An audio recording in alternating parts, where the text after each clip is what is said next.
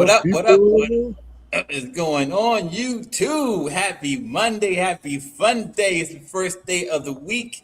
Now, we're ready to get it in. How you feeling, brother? Doing good, doing good. How about yourself? Feeling real good. Feeling real good. Nice. Unevent. Well, it was a pretty good weekend, man. So I moved. I recently moved. Yep. And I wanted to see some family, so I figured I was a couple hours away from one of my favorite cousins. So I called her up, say, "Yo, where you staying at exactly in Virginia?" She said, "Oh, I moved to Hagerstown, Maryland." I was like, "Get the fuck out of here! That's 30 minutes away from me."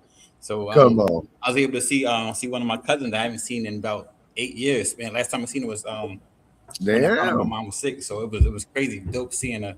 So That's awesome. yeah, Always good doing no catching up. And now you closer, so now you can do some more catching up, man. yep, Hang yep, out, yep. catch lunch and everything else. Uh huh. Uh huh. Come on. Come on. So that was dope, man. It's real dope. Let's go. Let's go. We didn't do too much ourselves. We went to the flea market, you know what I'm saying? Oh, see, Got some fruit and stuff like that. We're like life going there flea and getting our markets. vegetables. Life flea markets. Oh, And and actually, I talked to the guy. At the flea market. There's a pet store there, and I talked to him. And I'm gonna go tomorrow and talk to him again. He wants me to bring up some ASFs, but I might wholesale the guy some ASFs. So I might got to a little pet guy at the flea market. He's got a little pet shop in it. It's cool. Got some reptiles and stuff. He's actually got a big old cockatoo that loves him to death. I was getting to pet it and whatnot. I was like, man, that's freaking sweet. Come on. that is pretty. I like my birds. I like my Uh-huh. birds. I know that's right. He's still smart. That's the thing.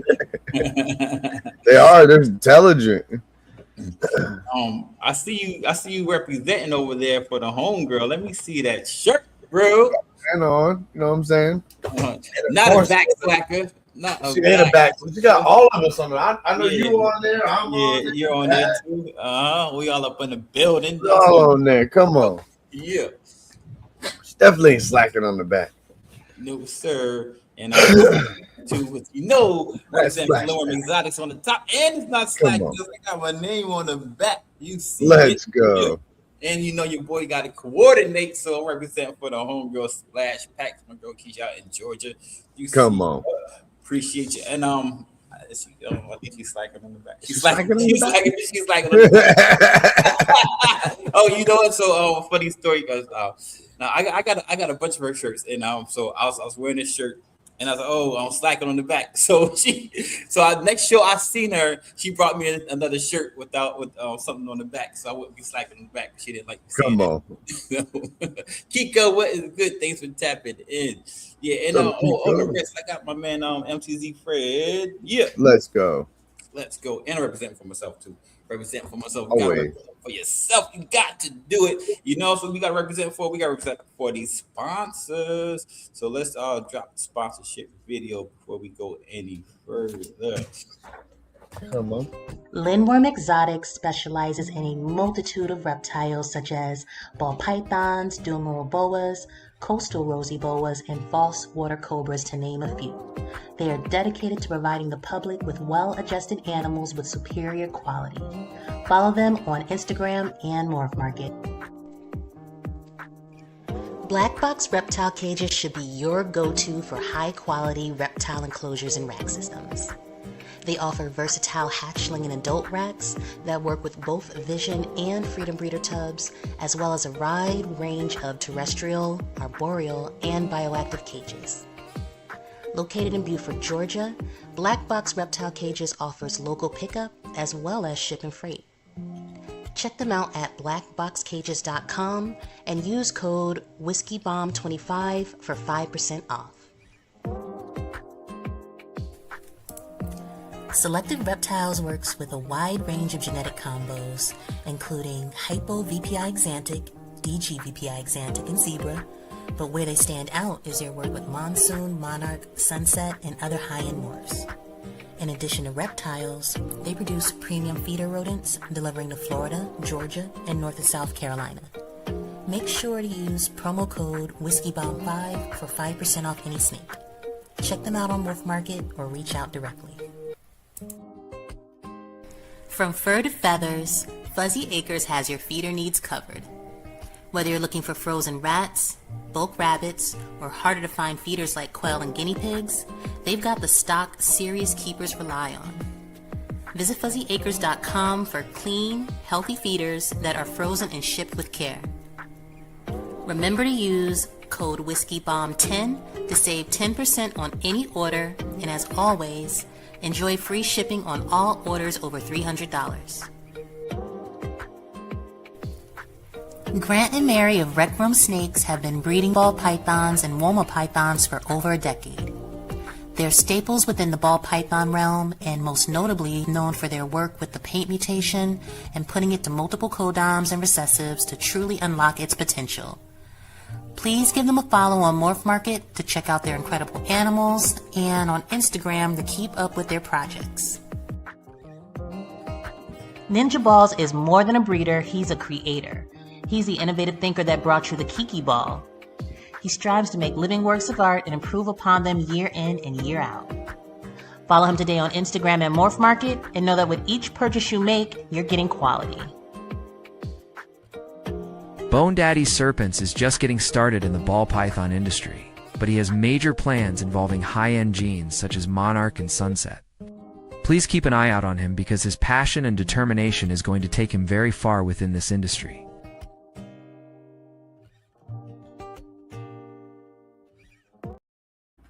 Thank you to all the sponsors. Special shout out to Shades of Blue Network sponsors. I see you in the building, Kiko. Thanks for tapping in. So without further ado, we're going to bring out the Python Den all the way from across the pond. Let's get Come it. on.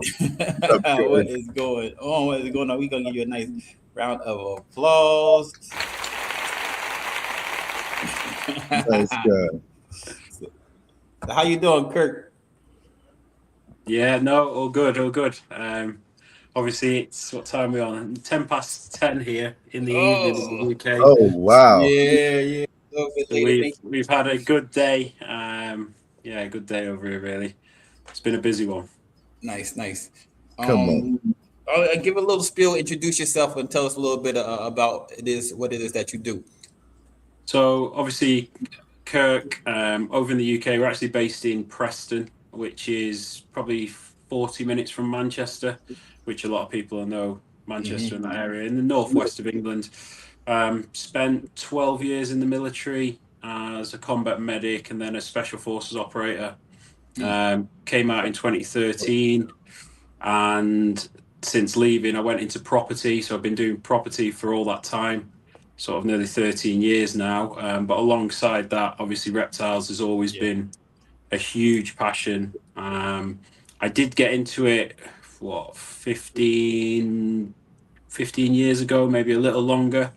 I've always kept some kind of animals, but back then I had to get rid of my collection, went through a bit of a messy breakup, got rid of my collection, gave it to a friend, and probably about, back then as well, over 250 grams worth of animals.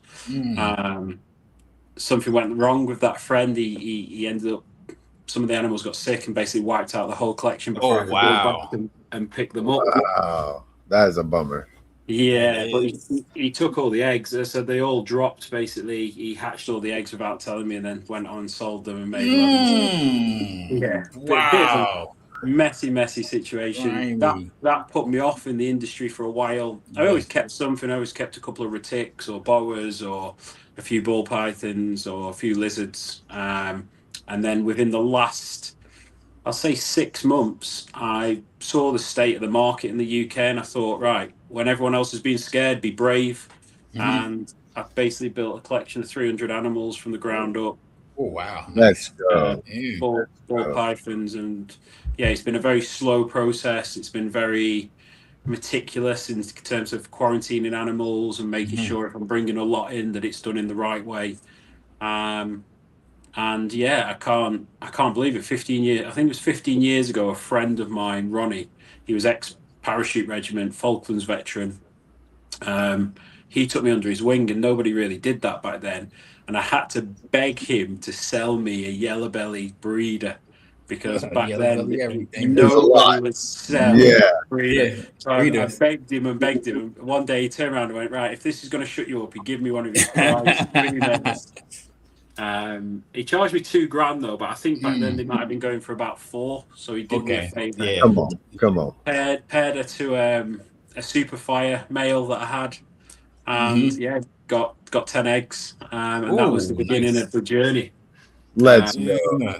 So, but within building the collection within 6 months and doing it the right way, we've had 3 clutches already within that time frame. Nice. And I will show you in a minute a couple of the snakes we've hatched, but there's some crazy stuff.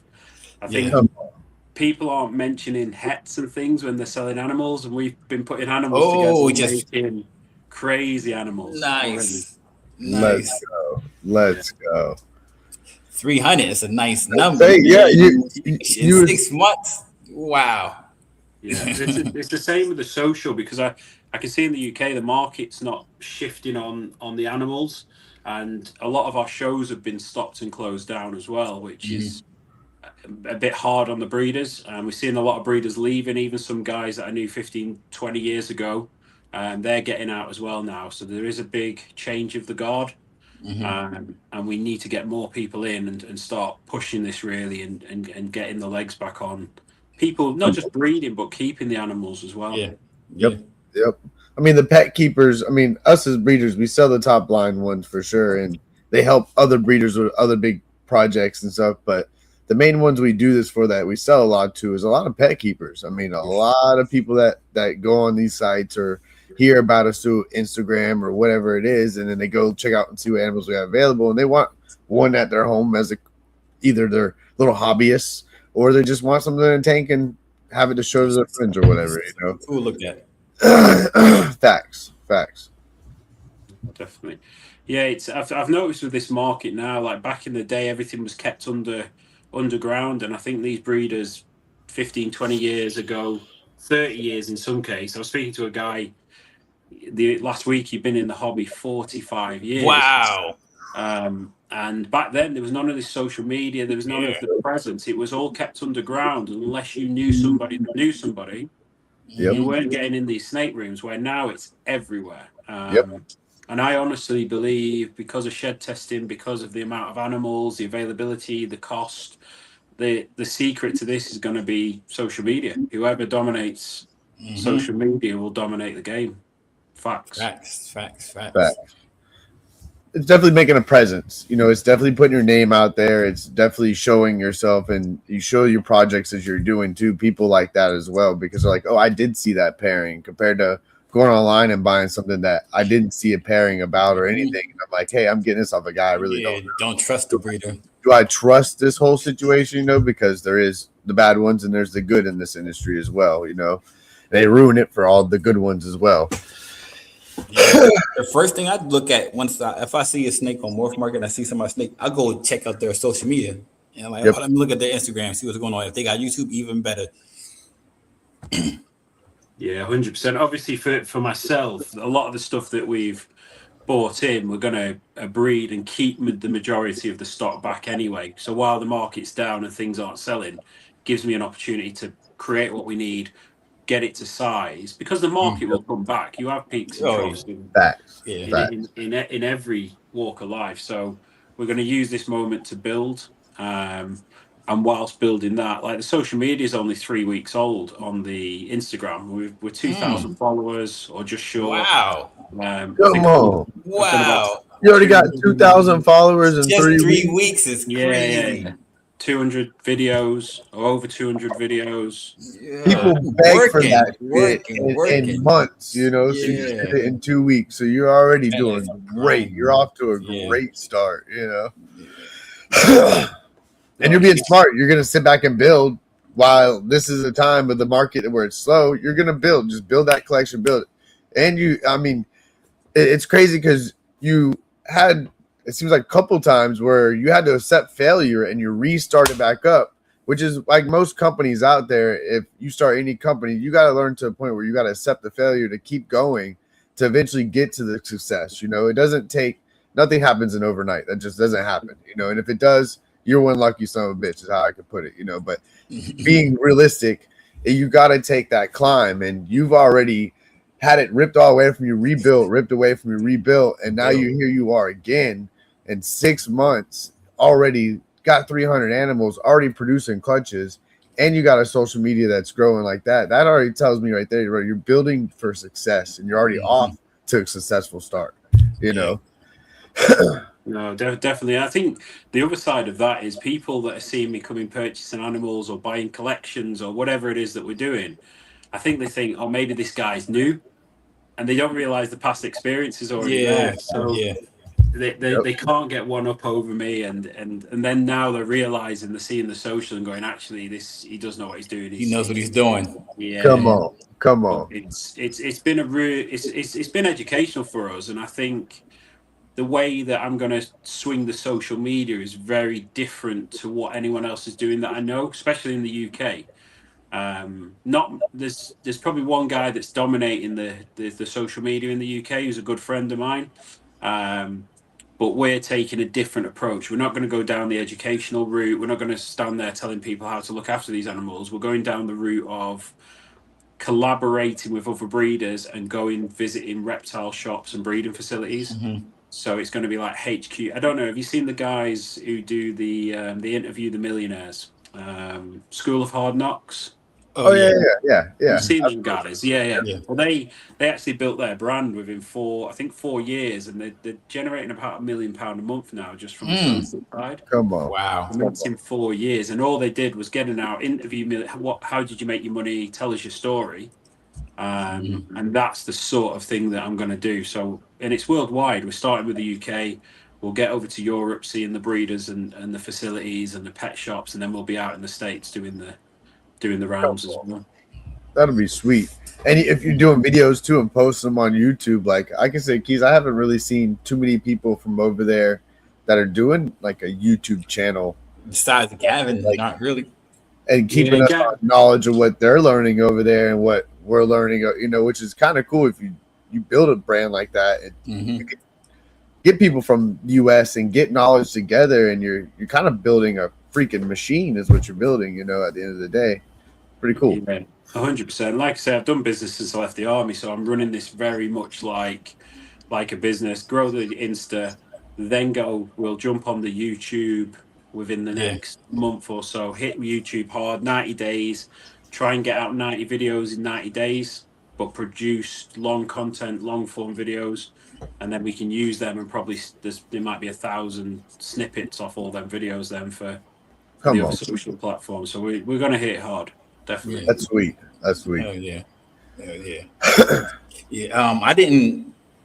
I think I was on Instagram about 2 years before I started doing my YouTube. Yeah. Maybe a year and a half. But that's something I wish I would have did sooner too. So I understand that. I didn't start like promoting myself until after I had clutches on the ground. And I wish I would have jumped into it earlier and started networking earlier than what I did. Yeah, 100%. And it's the people we're meeting on the journey where I wouldn't have even known about Monsoon. And one of the first guys I went to meet was like, have you ever seen a Monsoon? I was like, no. He showed me a picture, and I was like, I will have one of these within the next 2 weeks. They look so much better in person. So much better in person. It doesn't do it justice, but I've got a big, so I think it's about 2.5 kilo female special Monsoon. Beautiful. Oh, I've seen it on your page. Yeah, it looks like a granite Burmese python. Come on.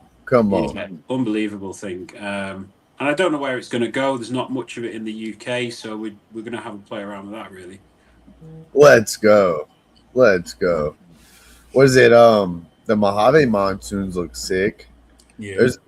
There's so many ways you can go with that too. And like you said, there's not many in the UK. You could kind of run it with many directions how you want to go with it, Yeah. a good friend of mine's actually he's got a male Monsoon Mojave. Hell yeah. They look good, don't they? They look good. Mix the special and the Mojave. Mojave? Is it a crystal? Yep. Crystal Monsoon. I think, unbelievable. Let's go. What are some of your favorite genes that you like to work with, or that caught your eye this go around?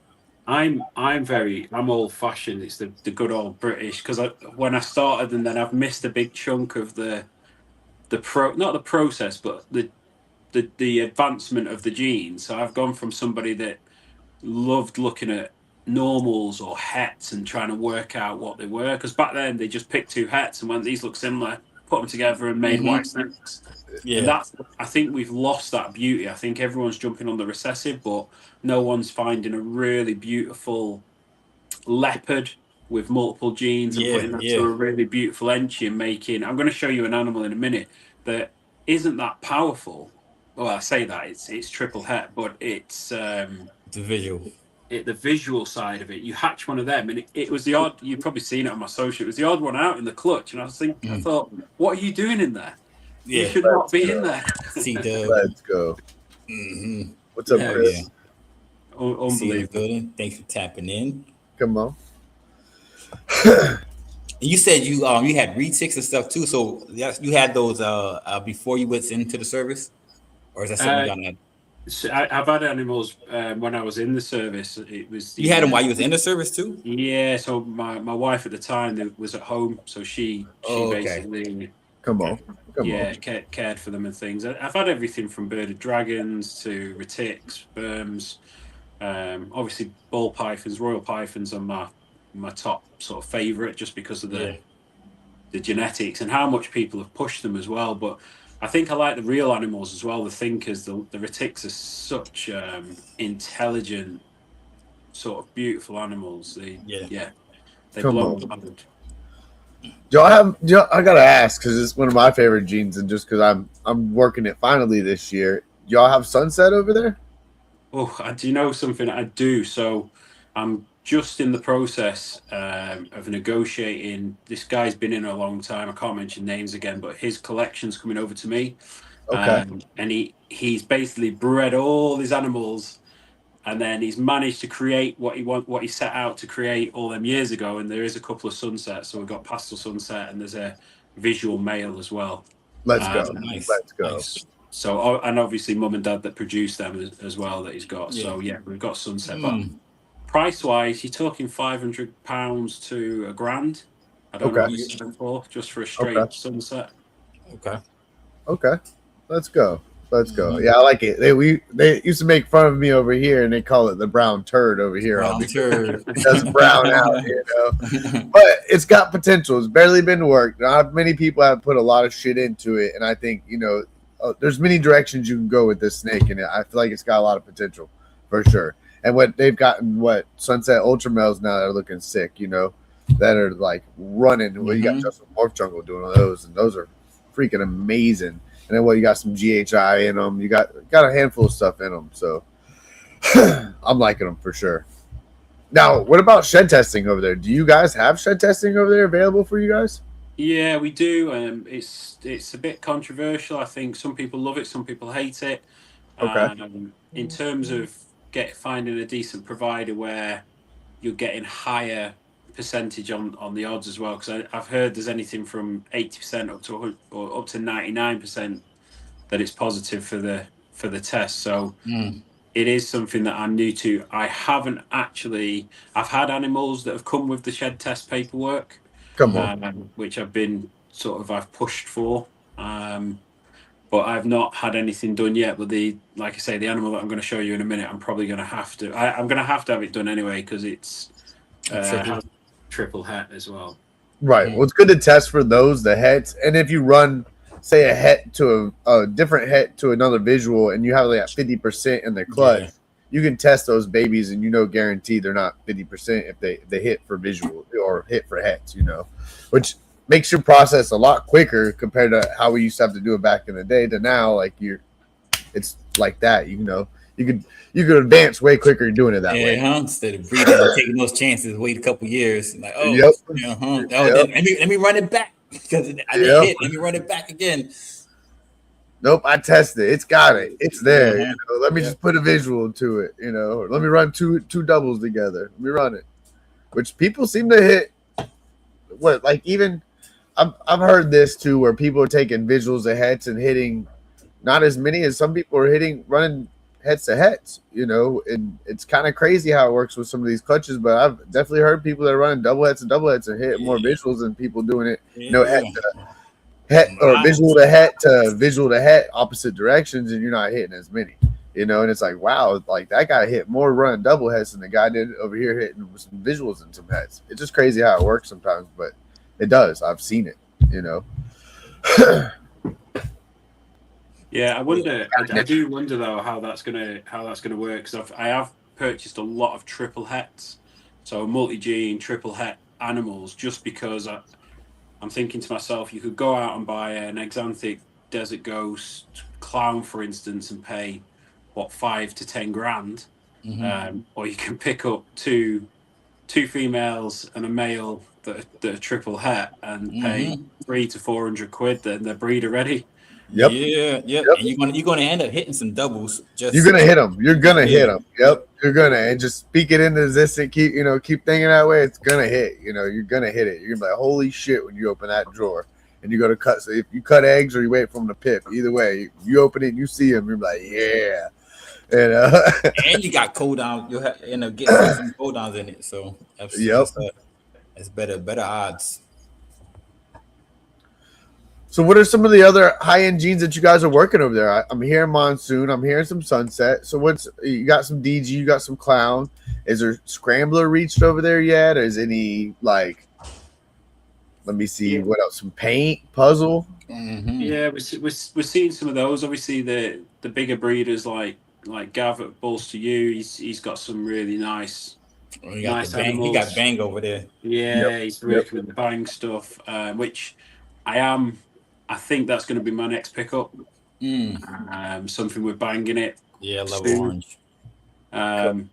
I think off the top of my head, what other stuff? I tell you what I'm really interested in, but there's been a bit of not controversy, but mixed reviews, is the Cosmos. Oh yeah, see, we like branded jeans over here, so that Cosmos is nice. Dark jeans for me is the way ahead. Anything black pastel, super black haired. Come on, I love black hair. Yeah. That's where you've got to work, and a lot of people are liking that at the minute.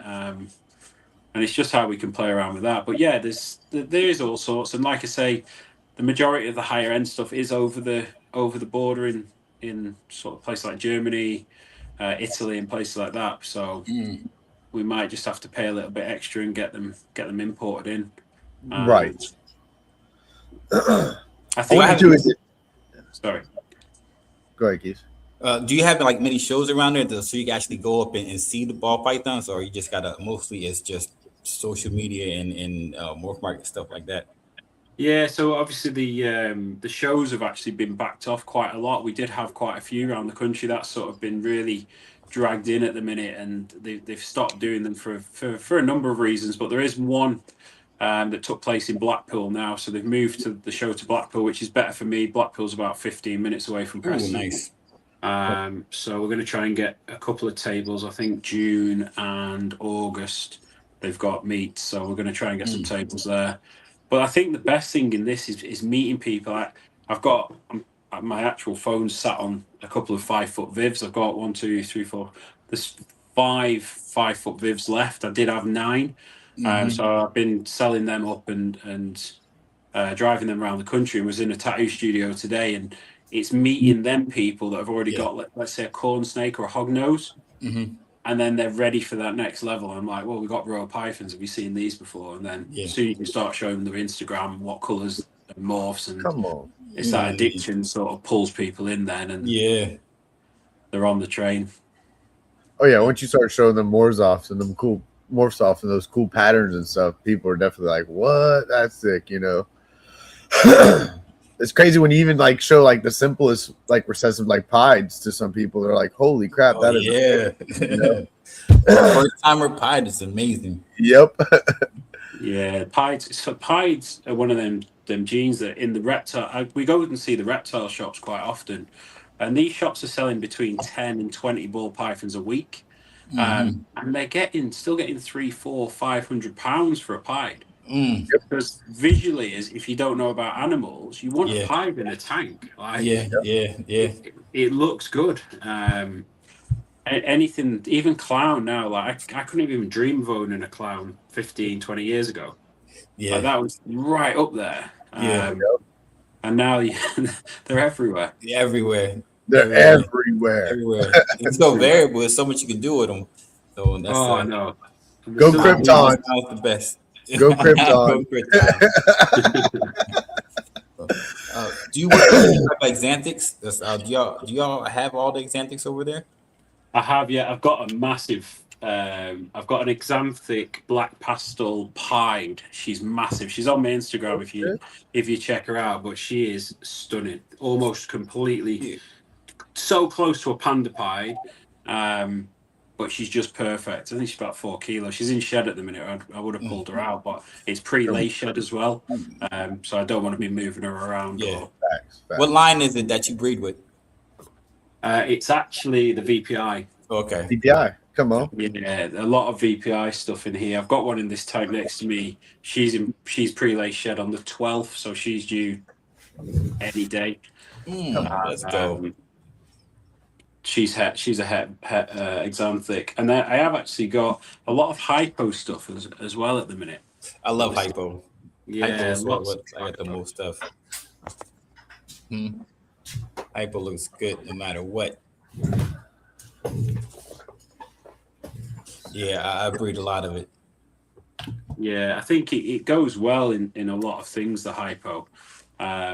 And once again, I'm going to get these out actually. I'll show you a few. This is the fresh clutch, so they've all took the first feed today. What up, Chris? So yeah, I'm gonna show you some of these because these are hypo. Okay, cool. So for variants of hypo pied. Heck yeah.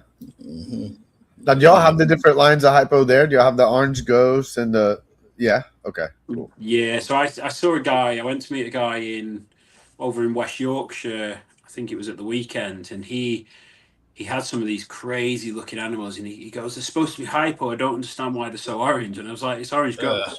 Yep. And he was like, "I never even thought about that." And I said, "Yes, this is because I remember I had orange ghosts all them years ago. As soon as he pulled the draw, he was like, "They're supposed to be hypo. I don't understand." I was like, "Orange ghost." And the orange ghost will disrupt the pattern a little bit too. You'll get some little pattern disruption on it, so you'll be like, "All right, you could definitely tell that is." That's one of my favorite lines of hypo. Actually, is the orange. Yeah, it is. It is my favorite. Yep.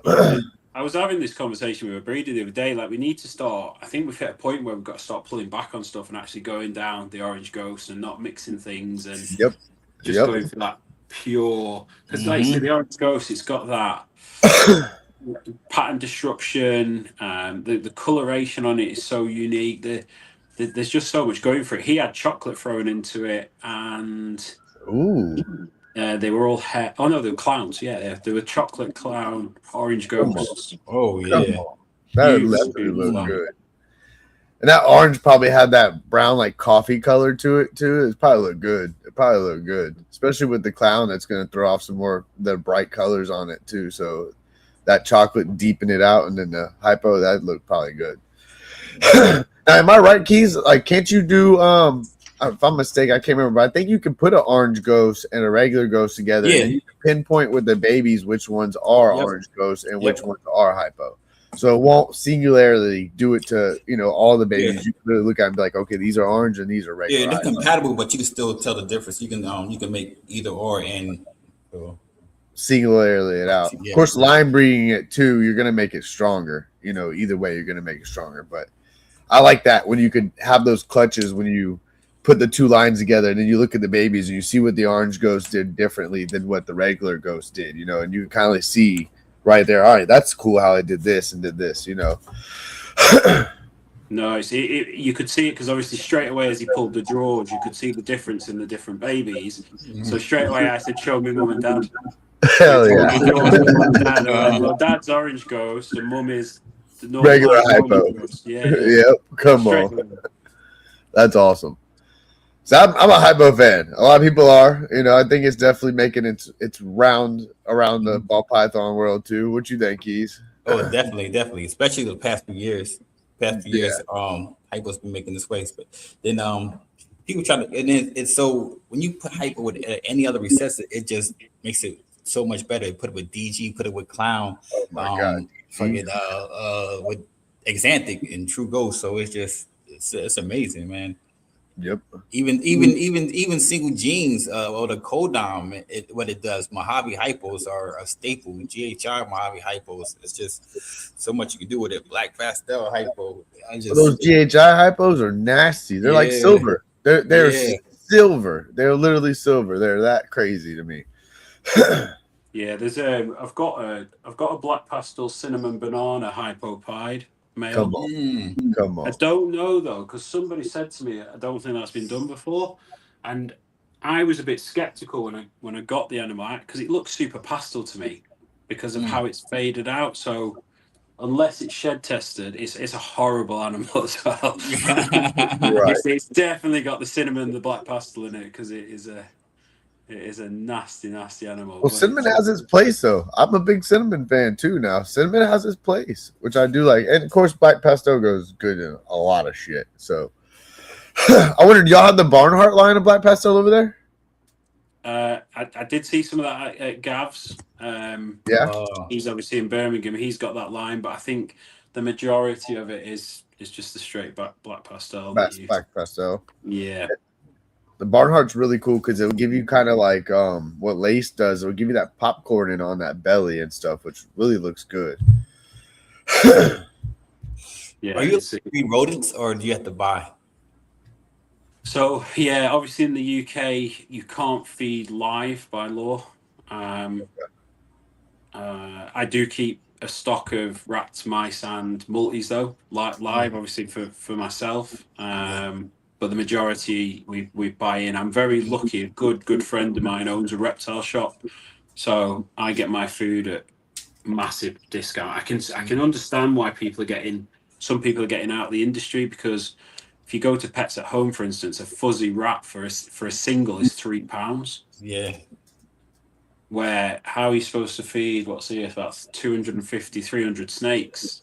Right. Yeah. Snake once a week or every couple of weeks. So I'm very fortunate. You know what it's like with babies as well. Obviously, you guys can feed live, so you get your babies, split them up, throw some like mice in there, and they go straight away. Where we don't have that privilege really in the UK, so it's very difficult to get that first meal in. Gotta definitely entice them for sure. And they don't take them. What you just wasted. Yep. Of course, I know like the trick that seemed to help me the most, which I learned from breeders here, is leaving them in the incubator till their first shed. And I'll do that, like just keep them in the box, and then that heat just seems to get them all acclimated and ready. So when after that first shed, I throw them in a bin and go to feed them, they're on it. You know, get some spicy ones, but then again, I have had some problem childs, but I eventually get them to eat for sure. But that would definitely be tricky dealing with just having to deal with frozen or live or dead.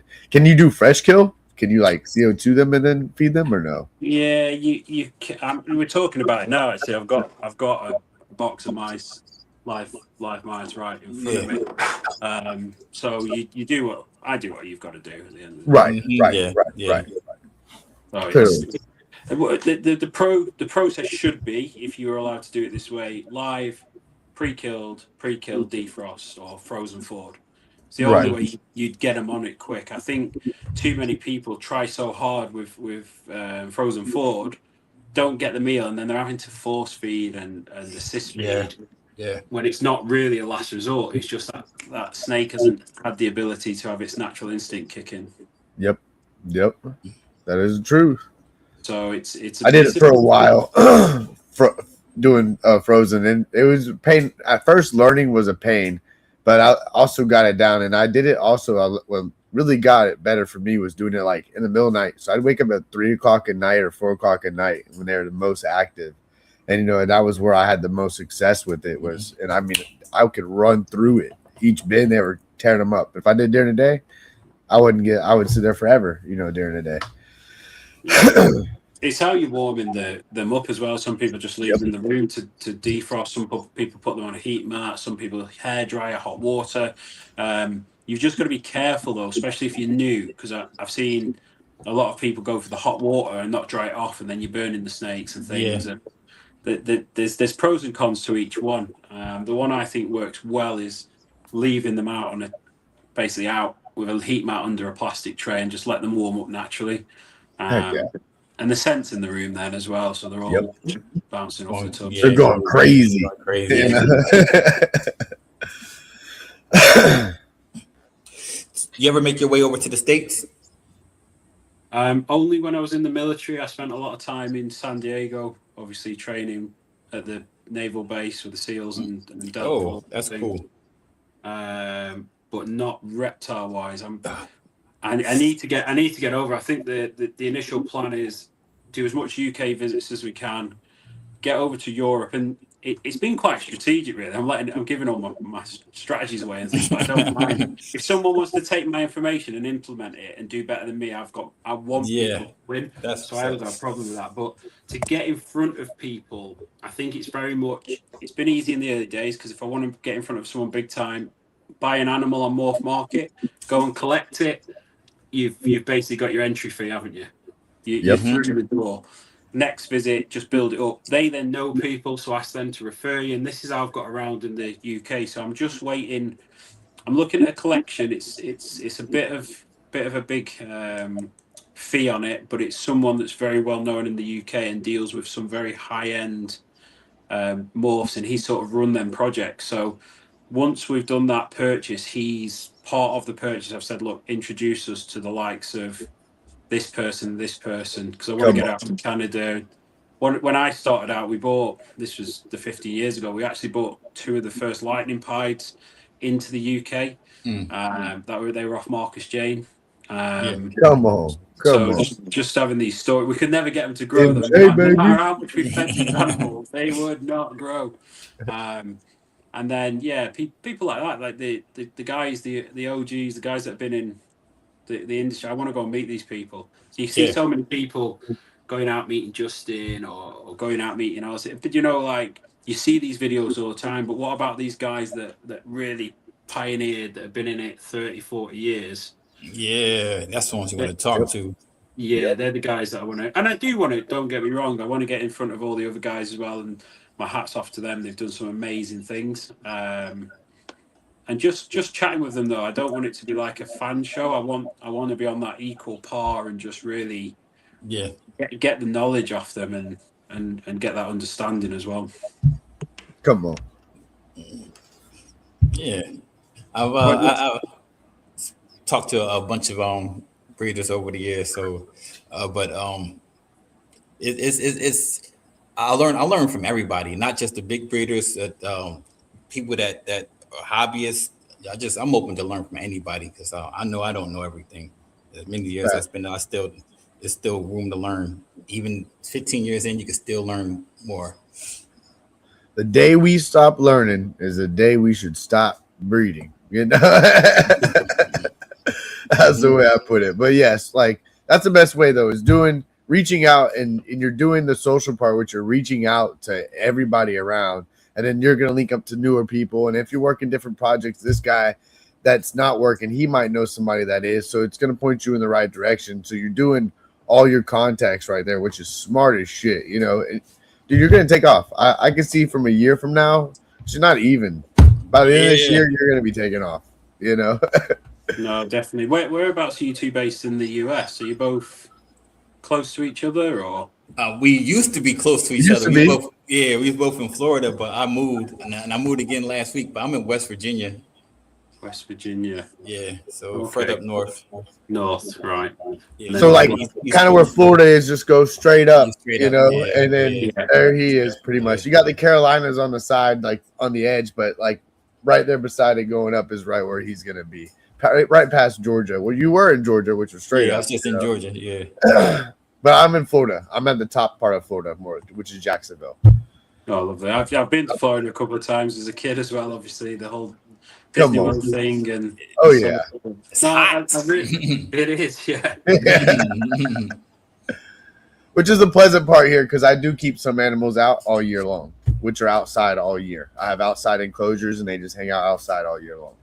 Wow, that's amazing. Yeah, that's what a lot of people. I'm working on this year. I want to get some carpets outside, some carpet pythons, or I want to get a black dragon. And I want to get a nice black dragon, which would be really sick. Yeah, not to keep it all locked up. keep some padlocks on it, because I also have I have restrictions. I have my license and stuff, so I have FWC that comes up here and checks everything out and closures out and every damn thing. Do y'all have rules like that there? Do y'all have to do regulations? Do y'all have them come check your collection out or anything, or no? If you go for a pet shop license, yes, obviously there's a certain amount of earnings. It depends if you're not running it as a business. This for me, as it stands at the minute, is genuinely just a hobby. So I'm not breeding for profit. I'm breeding animals that I want to keep, and then we're allowed to sell any excess. So if you've got stuff that doesn't fit breeding plans, you can shift them on. As soon as you turn it into a business, though, you have to have the regulations, the checks. The council has to come out and check the enclosures and so on and so forth. Okay, cool. Now, do they give you like a kind of a checklist and like, hey, this is how enclosures should be, and this, so you kind of got a heads up, or is it just, hey, we're gonna show up, and if it's wrong, it's wrong. We're gonna tell you how to do it right, you know? Yeah, it is very well documented. It's constantly changing. Things like the pet shops now, they can only have animals that are in tanks that are sort of the size of the animal plus half. Let's say if you've ut a 3-foot snake, it needs to be in a 5-foot enclosure. Things like that, making sure frozen food's being kept. Sort of people aren't handling it as they're going in and out of freezers. It has to be done by the staff, and they have to handle it, package it. To stop transfer of salmonella, things like that. So, but there are very well documented rules, and it is very much region by region, depending on what county you're in. Depends on how the ruling is, especially for stuff like DWA. You want to keep venomous animals or big lizards. Yeah, it's very strict. Okay. I was gonna say, how is that for your venomous? Like, y'all have like hours and hours of classes like we do and stuff, and then you can get a license to handle them, or do you have? Because we have actually some states here, Keys, like you know, we have some states here that there's no rules. You can just like Pennsylvania, you just go ahead and get one, get whatever, and it's very scary knowing that. Very scary. But in Florida, you got to get hundreds of hours of handling and time and experience before you can own one. Yep. Yeah, I think over here you apply for your DWA license. The problem is with the license, it then gives you ability to go and buy anything from a lizard that has slight toxic ability all the way up to having a fully venomous snake, something like a cobra or a rattlesnake or whatever. So it's not very well. It's not one or the other. It's very much straight down the line. But the process is strict. You have to be inside a double locked room. So it has to be a door into a small corridor, then into a room. So you've got 2 doors to get in and out. Every tank has to be double glassed. Oh, wow. Double glass on the tank. It is very strict. Come on. I like that, though. To me, that sounds like y'all are kind of like, even when you're talking about the pet stores and the sanitary with rats and bagging them and stuff. But I can't tell you how many holes in the walls here that you'll see some stuff here. You'd be like, what the hell is going on back there? You know, like, and to me, that's something that needs to be done here in some places for sure. That isn't done, that you guys are definitely having a handle on. I kind of like it. You know, to me, it guarantees that pet shop's going to have some pretty cleanliness and some pretty good regulated shit, you know? Yeah, no, 100%. It'd be interesting to come out, like, say, to the States, have a look at what it's like out there, and then you've got a good comparison between there and the UK. And what I love about meeting these pet shops and breeders, I can make adjustments to what they're doing right.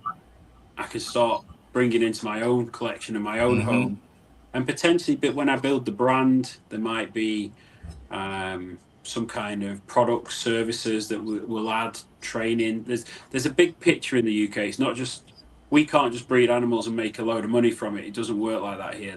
The population isn't big enough, and I think it hasn't hit that stage where I've got to look at multiple streams of income. So how do I capitalize social media, content, products, services, training, and so on and so forth. So that, and you could definitely attract. I don't know how it is from UK to even the US. How would that work from, you know, say for instance, somebody hit you up from over here and was like, hey man, I want 5 or 6 snakes that you're working some projects. I want to pay for them, and I'll pay for importing. Could you do that? I think if I spoke to the right people, I know there's still people in the UK that are import and export.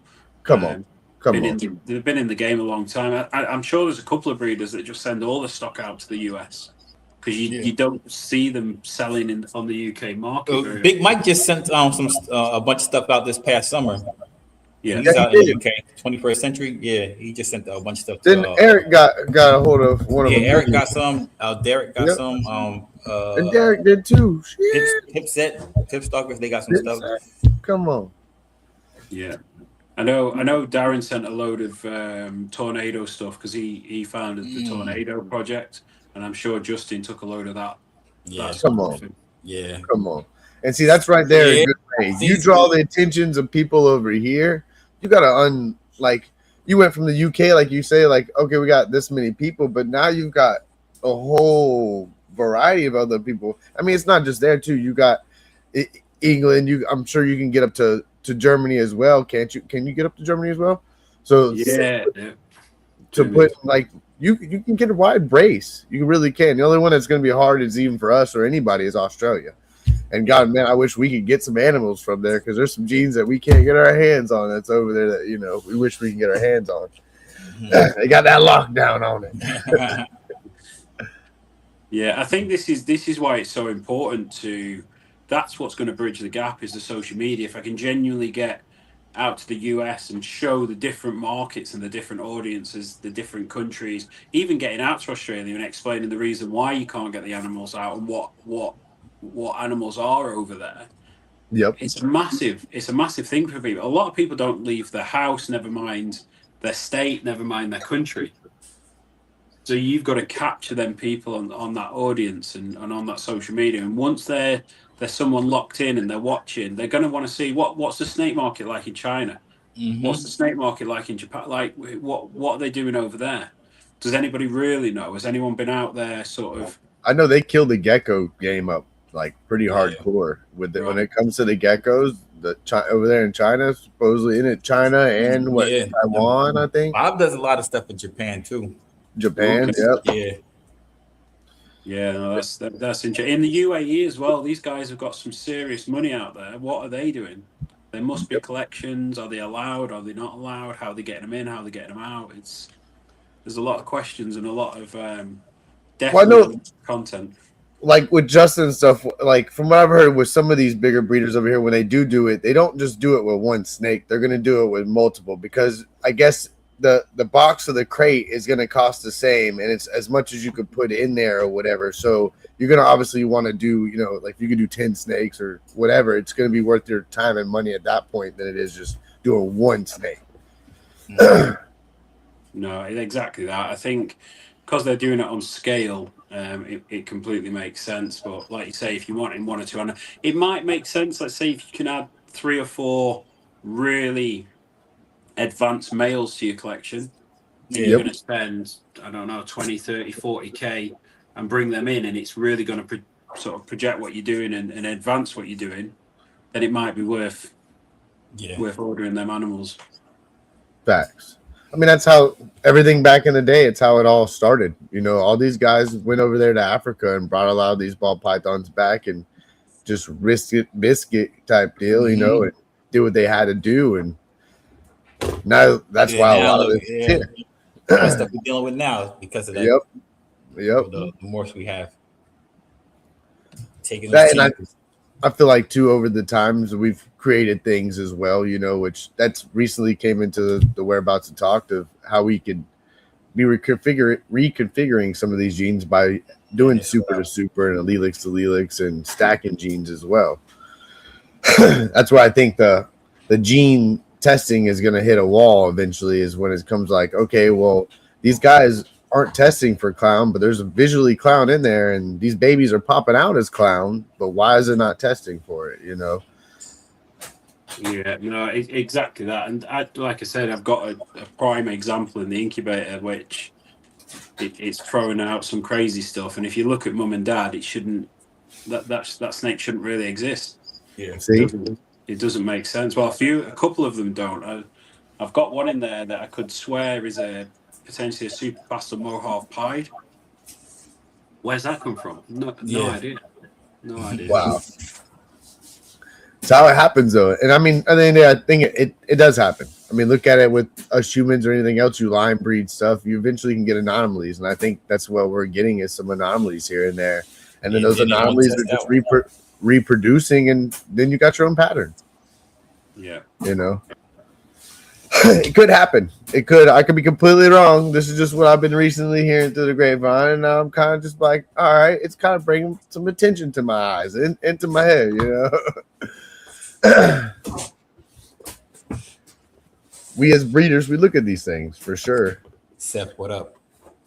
Now, what's been kind of like the most challenging thing for you so far since you've gotten back into this? What has been kind of like the most challenging thing? I think as we've brought animals in quickly, we have been quarantining them. The quarantine process has been a slightly different to how I would have done it in the day. Back in the day, you bring an animal in, put it into a quarantine tub, out of the way, away from your collection, and then give it 3, 4, 6 months, depending on how you feel about that animal and where it's come from.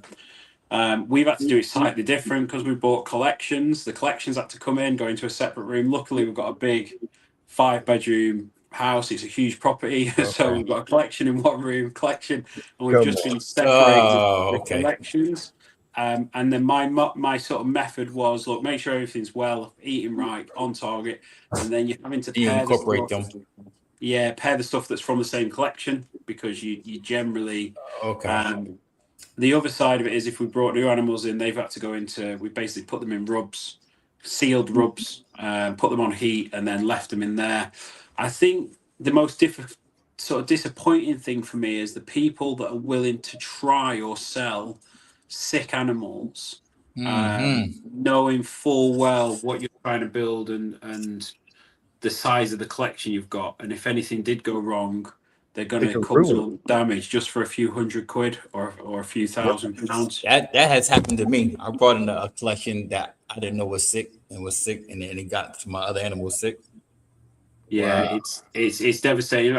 One of the examples I don't mind sharing. I'm very open. I don't mind sharing it, but we've had stuff that's come in that's had parasites on mites, for instance. Easy fix, but why are you sending out the door like that? Get some frontline, get it on RDAP paper, get it on, like, treat the animal, make sure it's gone, then treat it again before it goes out the door. I'm not do that, but for the sake of buying, I don't know, $30, $40 worth of frontline or whatever that your proven method is, it just seems a bit, they just don't care, I think. Yeah. Right. Yep. And then my biggest issue, so we bought nearly 300 animals in total, and out of them 300 we've lost 7. That's not too bad though. I mean, so it's not bad going, but if I hadn't known what I was doing and them 7 animals got anywhere near, could have been worse. Yes, absolutely. They've been in quarantine, they've died in quarantine, some of them for no particular reason. So nothing. We've took them to the vets afterwards, and we've excuse the terminology here, but we've had a play around and we've had a look. My medical background, right? What happened to this? Let's see. Let's have a real good. And some of them they just, I don't know if overstress or what the situation. We're mainly babies, so it could be the move even stressing them out. Yeah, exactly. Feeding, not feeding properly, telling. Your mic went out. What's that mean? Yeah, the audio's messing up. Yeah, audio's messing up. Yeah, let's try to mute him and unmute him.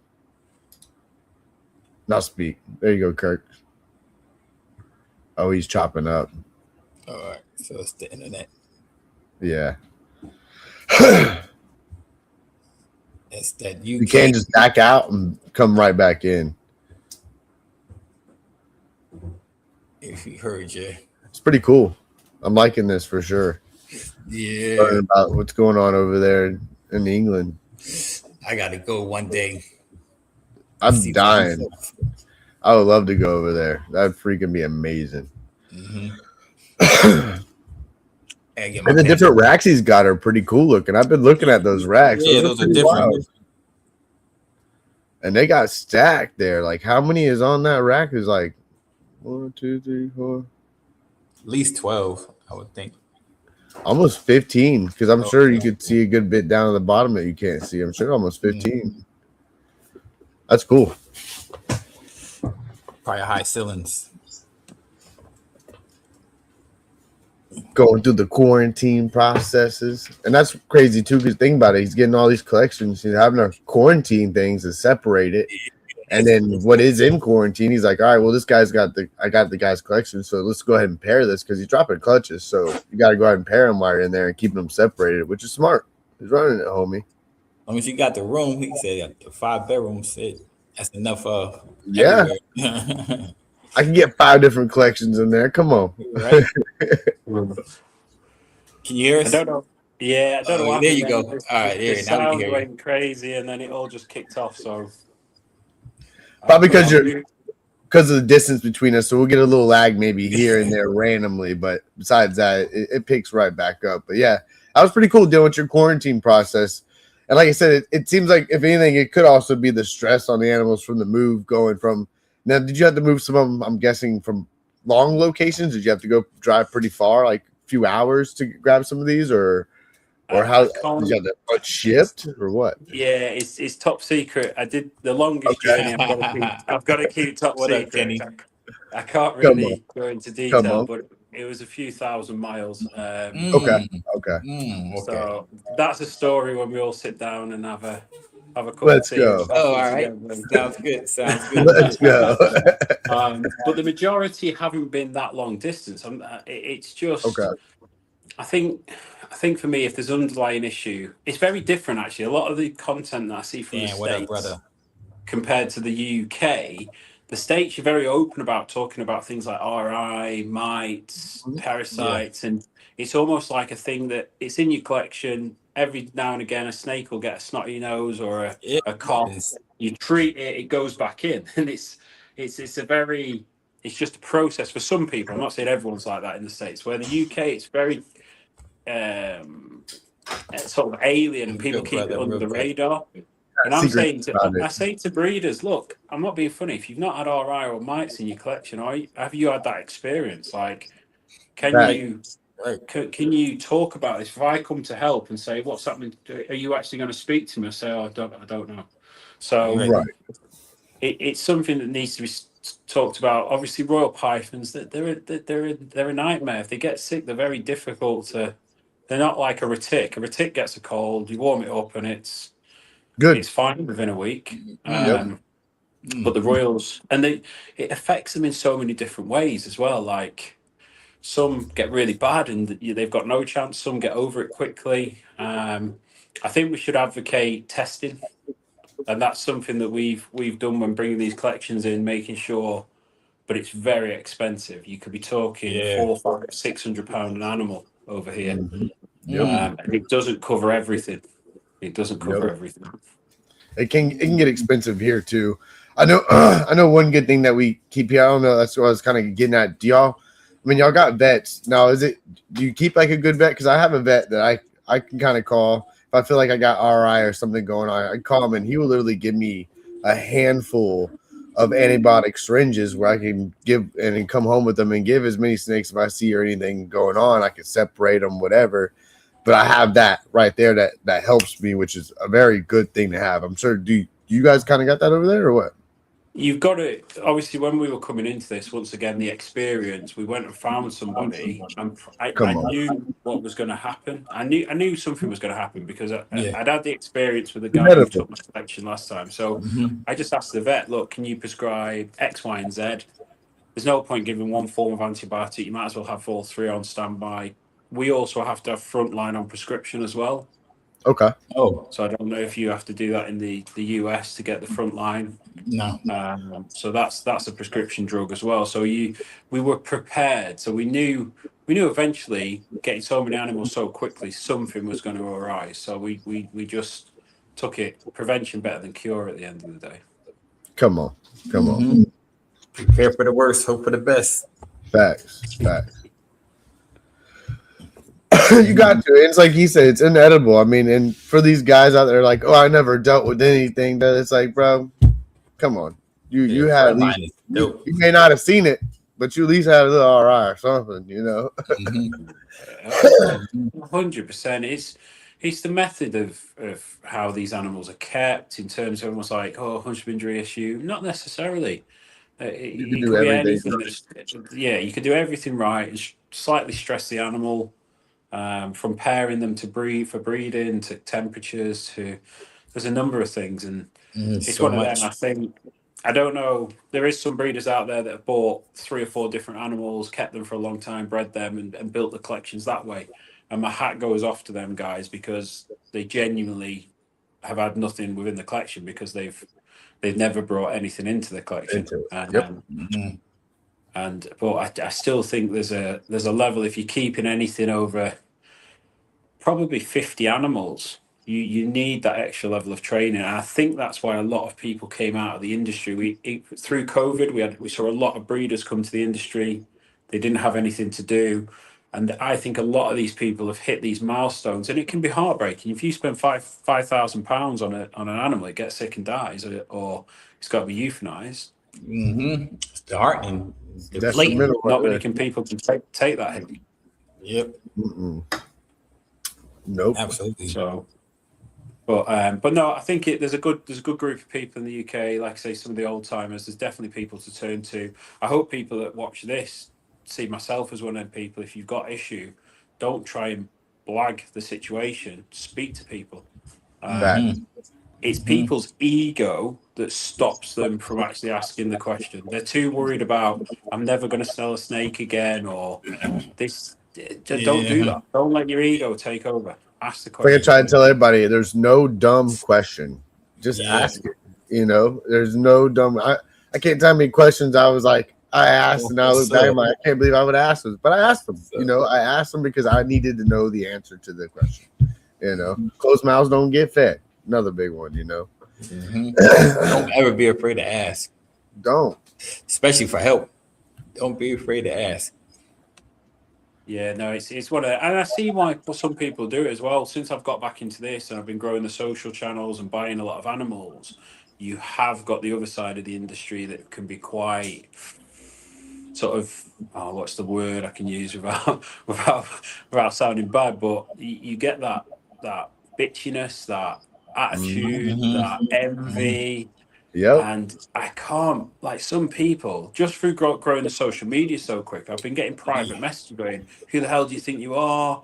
Oh, It's damn. kind of crazy because you're hate. because well, to me, it's like, well, you Kirk, you talk about how like a lot of the 30-year-old breeders, and to me, a lot of the older breeders that were really secretive and the really like, you know, which they're now starting, I feel like over the years, seeing how social media is and stuff, they're starting to come out their shells and stuff. But a lot of those guys, I feel like, were kind of assholes back in the day. They're like, I ain't telling you shit, boy. Go on, you know. I think it's if you listen to Gav's story, the reason it's called Balls to You is because of that. He was trying to find friends and people to help him, and no one did. So that's why he called his business Balls to You. Come on. And I think, do you know, actually, I'll throw a flip on that though. The people that have been jumping on my back and the envious aren't the old timers. The old timers have personally been messaging me, not all of them, some of them saying, great job, keep up the hard work, Hell yeah. doing what we could never do. So there is two sides to it always. Hell yeah.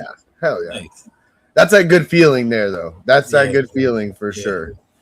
Especially when these guys say, I've never come close to selling my collection because there's not been anyone worthy enough to take on these projects. And then messaging you saying, we love what you're doing. If you want, this is the price, you can take it. Oh, and nice. Like, Wow. Yeah. Let's go. Yeah. That is bombs, that's fire. People see good character. Hell yeah, it is.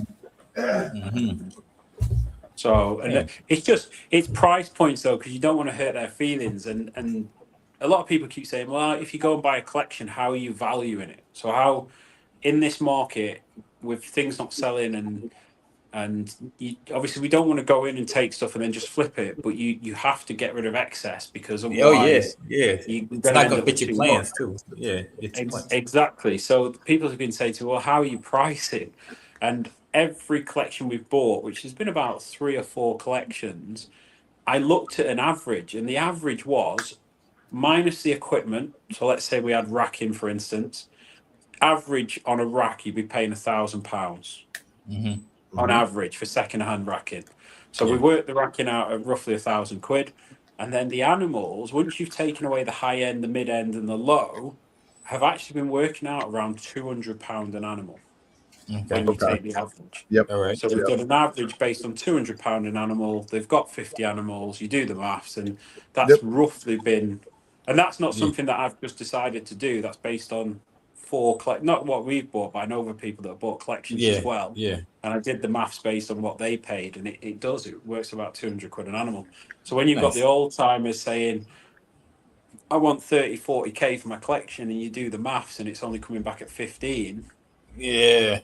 You don't want to insult them, so it's a difficult place to be. Because you got to be logical, and like you said, you're averaging it out, which is smart, anyways. Because you got some that are going to sell for like say 100, which would be for us $100, 100 pounds probably for you guys. So, and you got some that are going to average around 4 or 5K. Yeah, but you got to average all them out levelly and be like, okay, this is what realistically in the long run what I'm going to make, and this is the average of what everyone's going to be, and it's smart. Now, I did see your racks earlier. Your racks are really cool, and I was actually kind of counting because I got like 11 tiers, and yours look like they go up pretty high. How many for all the way high? How many tubs all the way higher? Is there like 15? So no, so the LP was 13 high. 13 high. Okay. Yeah, that's not too bad. The JVKs are good question. There's 26 in a row. So they're about 13 high, but they're thicker frames, you see. Yeah. Okay. So I'm on a ladder. They're just just touching the ceiling, which in grey tubs as well. You've got to watch your face as you're up a ladder. So what's the big? Because we have here like ARS and Freedom Breeder, and of course we have Vision, shout out Vision for sure. What is y'all's big branding over there? What's like the big branding that everybody's really going for over there? So obviously JVK absolutely fun. Best racks, I would say best racks in terms of the build. I shouldn't say that because there is so many great racks. But for me, the JVK, the build quality is there. We're sponsored by Black Box. Black Box, you know, Black Box is good. Black Box. But yeah, the JVKs, they're all really good, and they all have different sort of advantages for me. JVKs are very heavy, bulky, hard to transport, where you've got the LP on the other hand, which obviously a shout out to Gav again because he does the LP racking in the UK. Very easy to transport, very easy to clean, very easy to add levels to. So yeah, LP, JVK, Euro racks. These are all the equipment we're using. And don't forget, a lot of it's second hand as well. Where some of these racks could be £4,000 or £5,000 brand new, and we've been paying sort of averaging £1,000. Yep. That's kind of how like the Freedom Breeder and the ARS are. You're getting all stainless steel racking system, so you're gonna spend, around 2K to 4K, even more, on some of these racks. I think my rodent rack that's all stainless steel from Freedom Breeder, I spent close to 3K, and they even did a deal on shipping, because it has to go on freight, so it goes on semi, so you got to pay a lot more on shipping than like your local shipping service. So it was pretty pricey for sure. I think the one thing the one thing to watch out for when you especially if you're building stuff from new is making sure that you're cleaning this stuff properly as well. Like you can't just dismantle it, bring it home, throw it back up, and then throw your snakes in it because you're asking for trouble. Some of these racks have gone through like a 2-week process. I can even show you stuff in the background there because I've moved rooms where like still got stuff in my back room, so that's LP. Oh hell yeah! Yeah, that looks good. They're the top pieces, but that's a V70 as well. Okay. Yeah. So they're doing V70s, so they're doing Vision tubs. Yeah. This is. Yep. These are the tubs still being cleaned, so V70 clears. Yeah. Come on. See, I didn't know you was going to ask that question, but I was ready for you anyway. Yeah, ready for it. So what about your rodent racks? Are you using the same companies for your rodent racks, or is there a different company? Are you building your rodent racks, or what? we're a little bit different, and people might think we're a little bit weird. But me and the missus, we've just got them in small, well, I say small tanks, decent sized tanks. We've only got a 3-to-1 ratio, 3 females to 1 male. And I think there's 3 tubs of rats, 1 tub of multis. We keep them like pets, if I'm honest with you. Like, Hey, nothing wrong with that. we Nothing wrong. prefer them being well looked after, not stressing them out once again, and just keeping them in good order, really. I want to be able to get my hand in there and pull the babies without the mums attacking me. And Yeah. even the multis like that. There's people have really bad things to say about the multis, but they're Oh, soft nah. as anything. Yeah, mine are Multis are- nice. ASF. They're ASF. ASFs, right? I was Yeah, saying the multis are yeah. ASF. Yeah, I love ASFs. They're my Me favorite. too. My favorite. Definitely my favorite. That's all I breed. Once you breed the nippiness out of them and the cannibalism, get rid of all that, get rid of all the bad stuff. They're great. I say there's not one of my ASFs that you can't sit there and pet and Facts. hold. I have no aggressive ones at all. But I did learn, like, to never. It's weird, but it's never let them go without even 5 minutes without water. Right. Like if that water gets a little low, that 5 minutes, it's weird. They go haywire. It's like, oh my god, it's like a fire in the building. Run around. And actually, Val was the one that taught me that, and I was like, really? I was like, that kind of makes sense because I'll be at work some days, and I'll wait till I get home to do that, and no, do it immediately as you see it. And the big difference it did for me was a big change for sure. And then running high ratios, I run 1 to 10. I run 1 male to 10 females in there, and the amount of babies you get pumping out with those colonies, and the male always has something to keep him occupied. When you run like the lower ratios, the male doesn't get, like, say for instance, all your females have litters, and that male's sitting there. But what is he going to do? Because he wants to go back to town with the females, and they have litters. He's going to go eating some of those litters, so the female's unoccupied, so he can go back to his business. Is what he'll do. So I've learned running the bigger ratios is I have 18 colonies of 1 to 10. I have 18 colonies because that rack has 2 open, and I push in 1,000, if not more, babies a month. Wow. Come on. And it's really learning those little secrets, running the high ratios. And I was actually getting on Pat this weekend. I'm like, bro, quit running these. Get 1 male, put 8 females in there. He's like, all right, I'm gonna do it. I was like, watch it. Watch how the change is gonna be. Shout out to Pat. He just had a birthday. Yep. Shout out Patrick. So Do you rotate your food, or do you just stick with one food item? So I'll go rats, multis, mice, and I'll just keep rotating through. And just So I do Missouri, the Missouri pellets, and then every time I clean, I do like a chicken scratch with black sunflower seed and a little bit of like dried soldier fly and what is that stuff? The little worms that are dried. You get them from the feed store. Yeah, it's like a the little dried mealworms. bag. Yeah. You can get some of the, and I just top it. So every time I clean their little tubs, I give them on the corner, scratch grain, sunflower seed, and some dried bugs, and they get that once a week. But throughout the whole week, they're basically the Missouri. And of course, like trash day or something, if I go to the fridge and I have old vegetables in there, fruits and stuff, I'm tossing it, giving it to them. They're gonna tear it up. It's good for them. It's good, they're gonna eat it. So that's pretty much how my regimen is. And last year I had a problem. It was really hard getting the way I wanted it to. And this year I'm finally to the point where I can sit back and be like, this is nice. It's going. And every time I clean, there's a lot in there, Which is kind of cool. You're doing big tubs pretty much and having a bunch of them in there. You could load those up. You could do even bigger. You could do like 2 males of 20. We used to get at Patrick's shop, we would see, like the horse water metal trolley. Yeah, things I you can got get. trowels too. Yeah. Yep. You could put some caster wheels on them. We called it Meals on Wheels, and you could do like 2 to 20 in those things. And it's insane the amount of babies. And we'd have like little Folger coffee cups laid sideways, and the females would go in the little cups all in it and have their baby litters in there. And you could just look in the cups and see all the litters. And so it was cool. Called it little Meals on Wheels. So do you use rats at all then, or is it just multis for feeding? I just use I do. multis. I do both. I do the He does Norwegian, both. Yeah. Norwegians and the multis. I have hog nose, so I do mice for the hog nose, and I won't give them live. I do fresh kill for them. Yeah. No, that's good. That's interesting. You've got hognose because that's the direction we're looking to go next.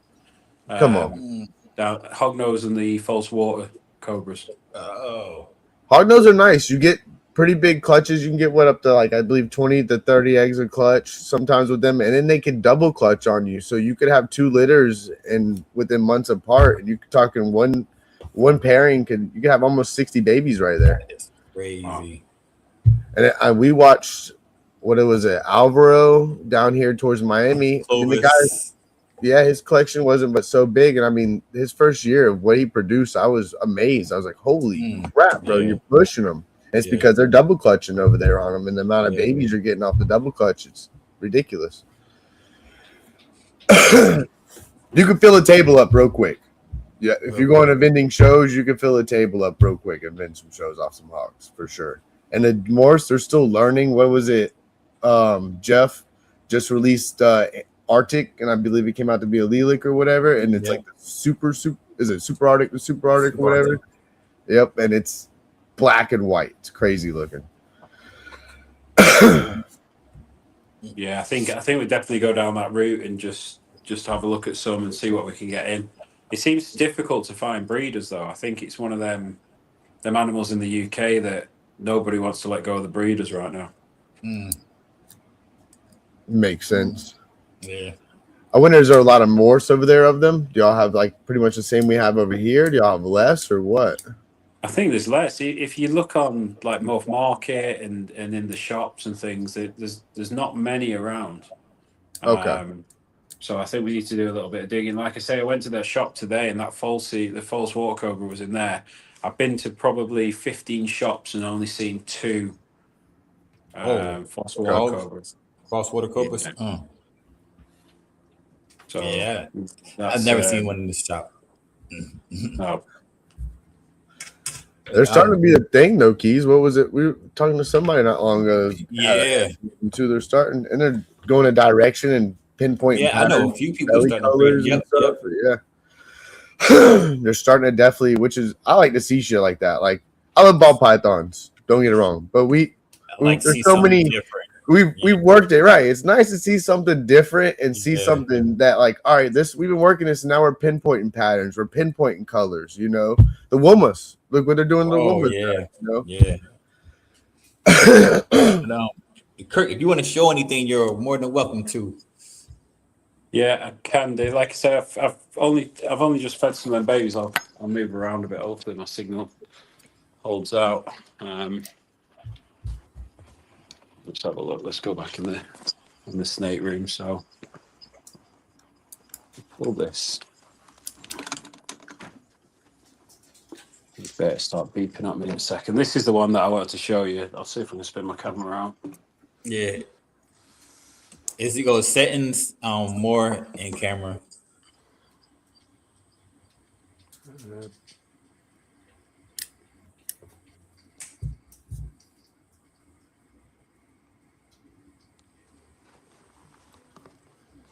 See what I've got Batman. here.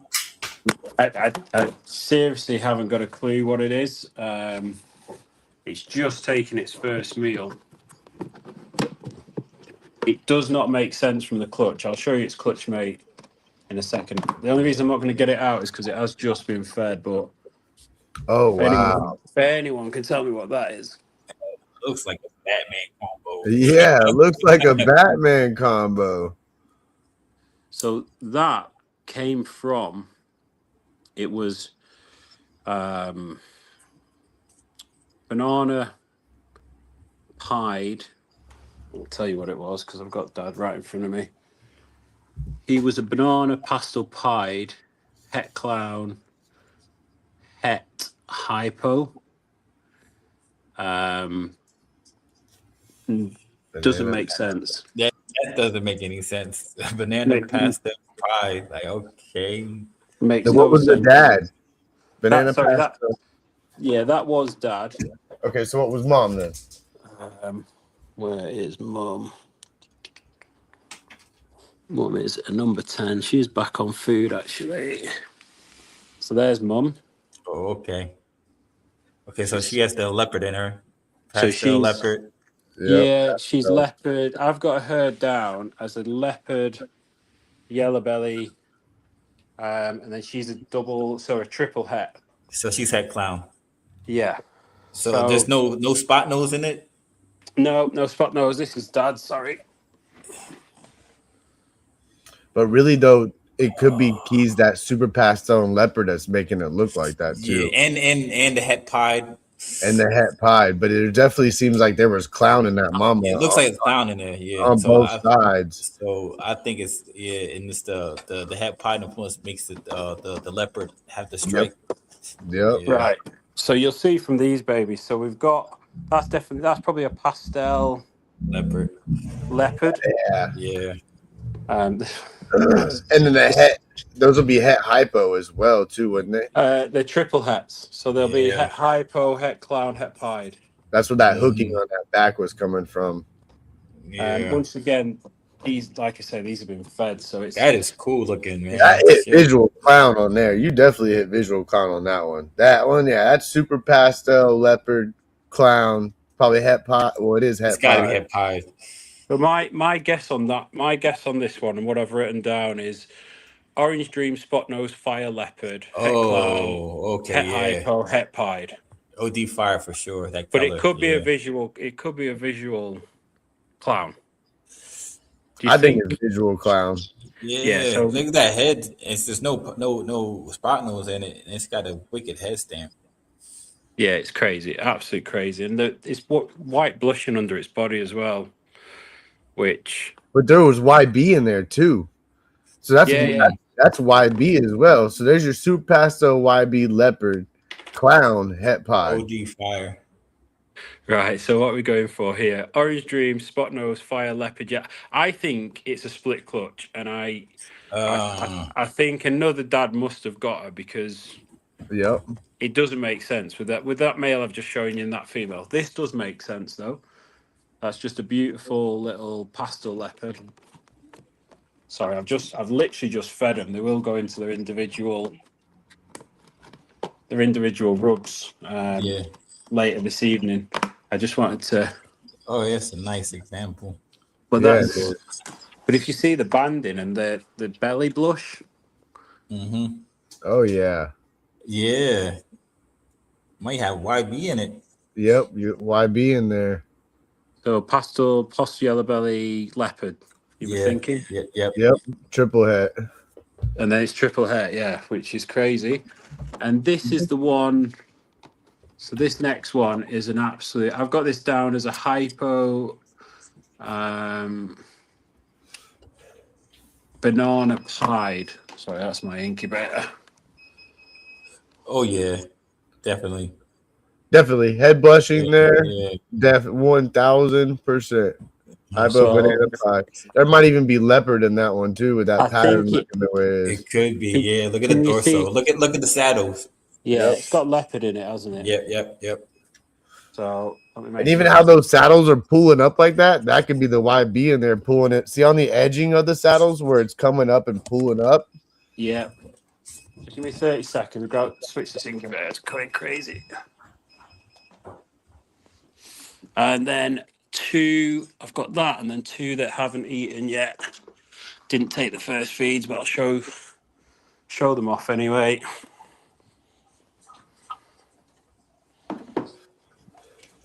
So you'll be definitely upgrading the incubator soon too, huh? I've got two more in the Oh, come on. in the garage. So this one here I've got as a straight.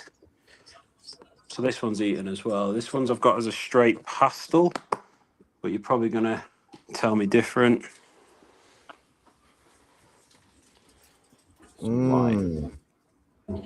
Pastel YB maybe. Ooh, I don't know. See, I see why you're seeing OD. Because look at all the orange in there. But did any of the parents have OD in them or no? The problem is I can't. Mum, she's probably gone away now, but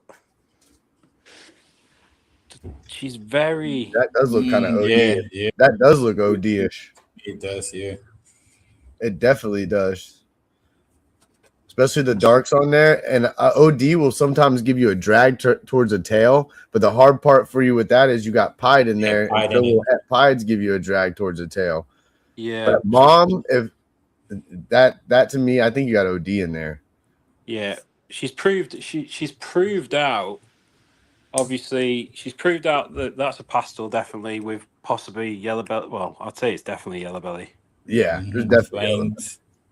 But remember, they're triple hets as well. So that's het hypo, het pied, het clown.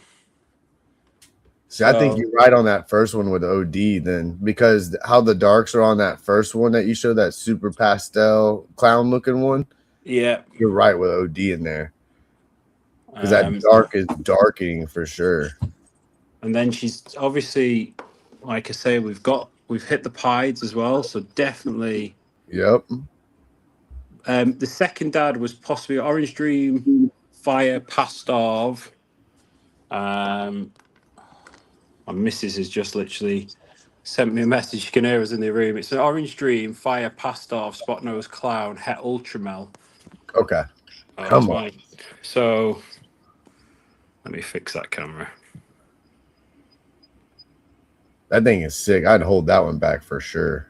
But then I've got this, which it could be hypo. It could be. I can pick this one up because she hasn't eaten, or he hasn't eaten. But this thing here is crazy. Hypo banana pied on that one too. But I think super high pastel. white pieds for sure. Yeah, it could be pastel too. How it's really blushing that out. Mohave head though. You see the hypo in that head. So that thing, this one hasn't eaten yet, but I can't. And see, look at the eye connections there, like Fire does. Fire does those. How the eye connects, like see the stripes right there, and they go to the back of the head and they connect. Fire does that a lot. So this thing is just unreal. Like, doesn't Fire do that, Keys? Yep. With the eye stripes and they connect on the back of the head. I thought you would normally pinpoint fireflies, and that could be like if that's the case, you got pastel, well, super pastel. So it's gonna be like a firefly pastel, banana hypopied. Leopard could be in there as well. It's crazy. It's hiding it very well. And then this is the other one that hasn't eaten yet, which is your firefly, I think. Oh yeah. Firefly. Firefly, yellow belly, probably.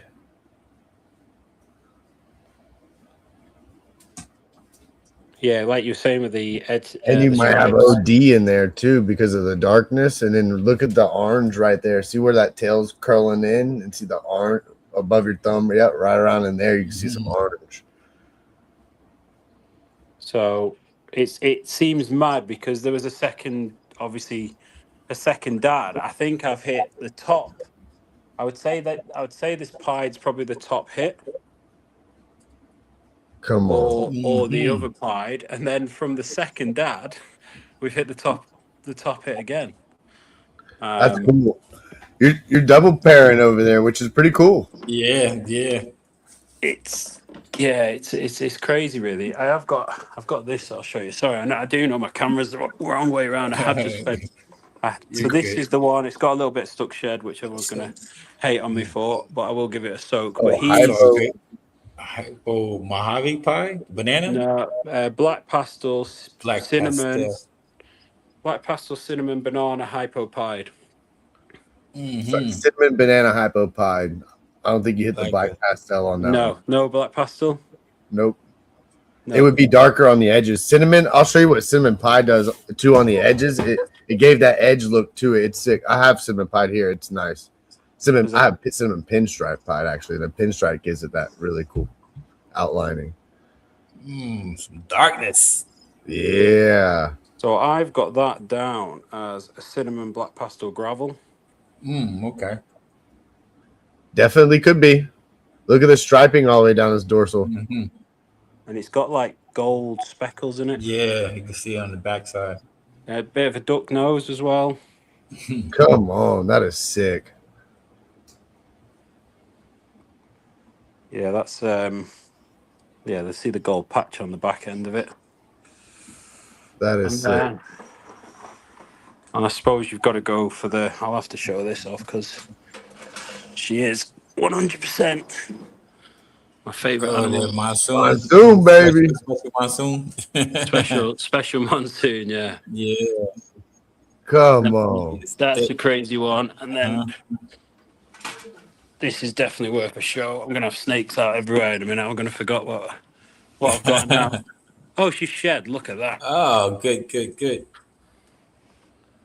Oh, she is dark. Yes, she is. Yeah, she's a nasty little one, but she's Oh, one yeah. of my favorite. That's the one you said that looks a lot like the panda. Yeah, so Yeah. that's Yeah. Xanthic, V-pied Xanthic, black pastel pied. Come on. And that's a prelay shed in there. She's literally just Ooh, shed. Let's go. So Wait till you see those babies. Those babies they always look great as a baby. All the Xanthics to me. I love that black and white freaking. What is it, Stormtrooper? You know, like freaking Star Wars, black and white. You know. What's the you were saying about the black pastel side? You think that cinnamon was missing it? I think you would have darker tones in it. Oh, okay, that makes sense. It wouldn't be as light as it is. It's pretty light. Do you think that could be super pastel instead Yep. of? It could be. It could be. For sure. Not one that I produced. It was something that I bought in, but it was sold as I can see it or as we see it. So Right.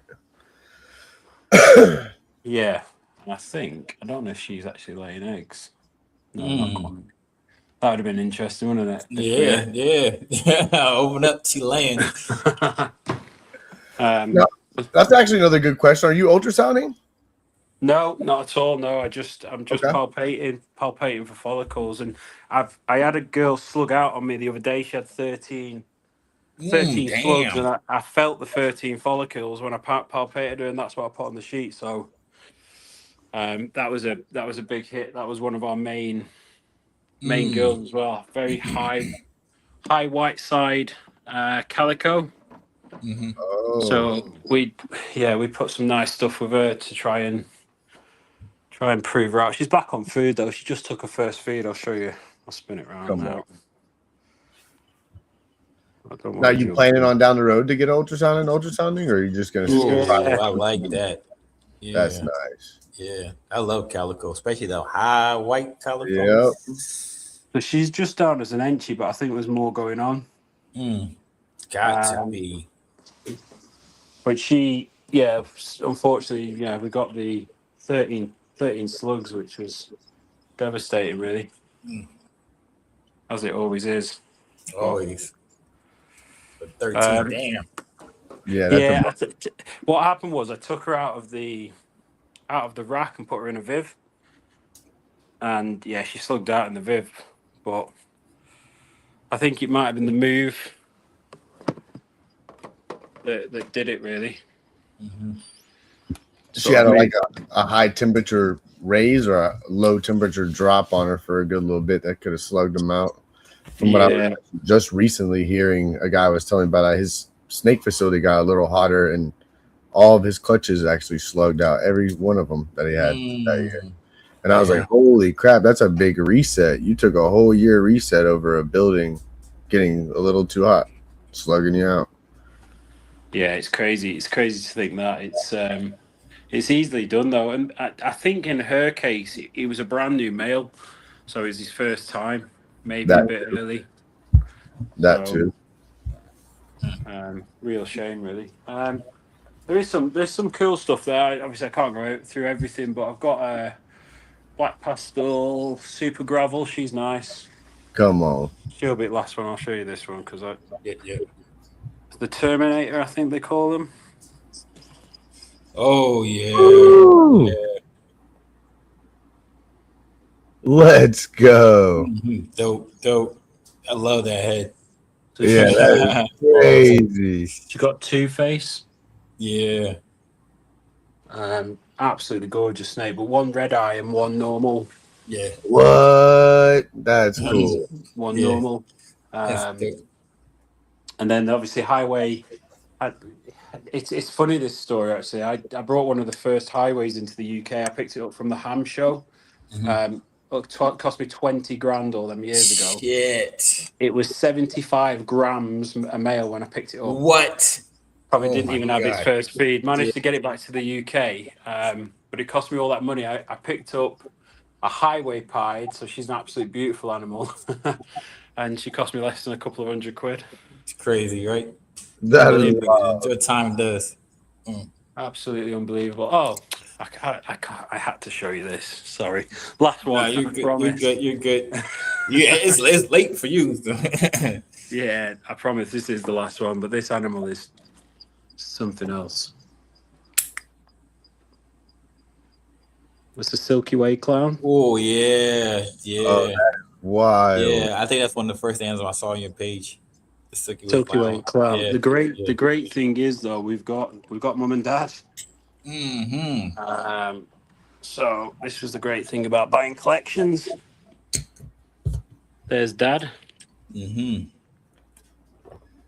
and then mum's exactly the same. So that's a pastel leopard, orange dream. We got there: pastel leopard, orange dream, yellow belly enchi, pied het clown. Mm-hmm. Hell yeah, nice. And then you put them together. Who would have ever thought that putting I love Silky Ways, but the Silky Way clown took it up a notch. Yeah, and it obviously het for pied as well. Yeah, yeah. Come on. Come on. So no, I think there's a lot to go on, and there's some nice stuff there, but if you actually think about it, it's been within that such a short time period.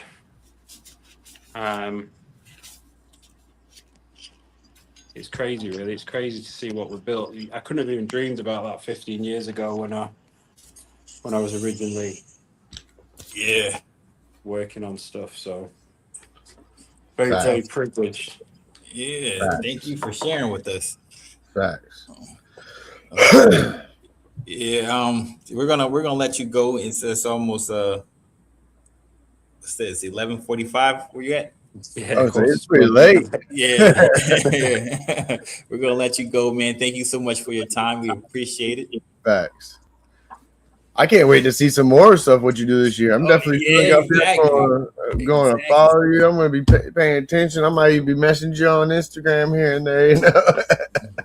Might be brilliant. Obviously, if I get out to the States as well, I have to hit you both up and see. Oh yeah, definitely. We do a big show. Keys comes down. Everybody, a bunch of big breeders come down. We do a big show in Daytona here in Florida. It's in August, around like what is it, like the 17th, I believe, the 16th. Right, yeah, like 16th, 17th, right around there. And it's a good weekend show. A bunch of breeders from all over come, and that's actually a good show if you ever want to come down, have a good time, have some drinks. I don't know if you drink or not, but we all have some drinks and we get together and just bullshit talk collections and talk snakes. Mm-hmm. Oh, that'd be great. Yeah, I'll put that on the diary, definitely. Yeah, come on. Come on.